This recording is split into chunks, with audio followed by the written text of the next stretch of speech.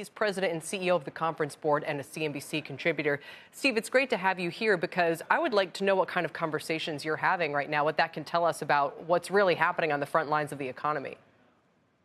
Well, look, despite what you think should happen with the Fed, the possibility is interest rates could go higher. Banks then have to mark to market either officially or unofficially, which means the credit out there will be less as banks become more conservative. That means that corporations also need to become conservative.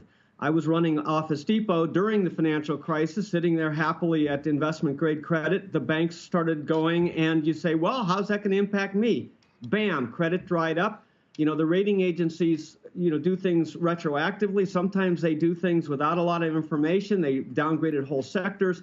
And of course, credit dried up. People lost their funding. You saw, hundreds of bankruptcies.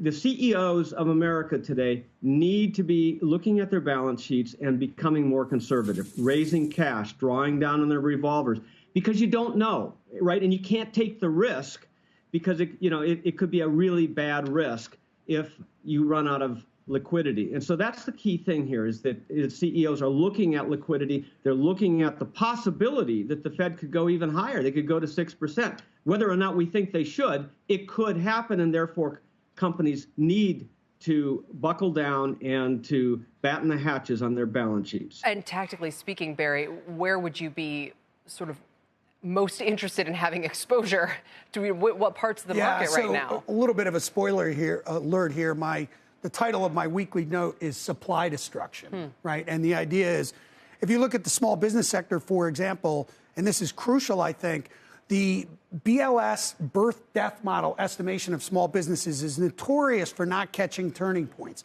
They've estimated since September, last 5 months, that small business employment's gone up by some 400,000 jobs, somewhat erratically.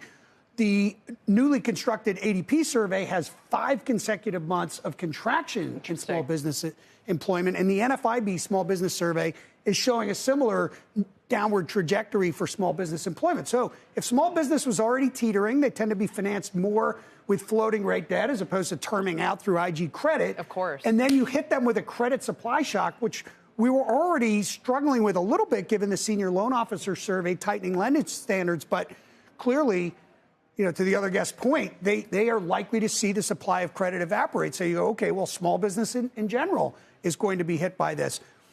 Business confidence impacting what was looking like, I think we could have a secular CapEx boom this cycle as we rebuild our capital stock. But business confidence is another negative channel here. So maybe you don't see that anymore taking place?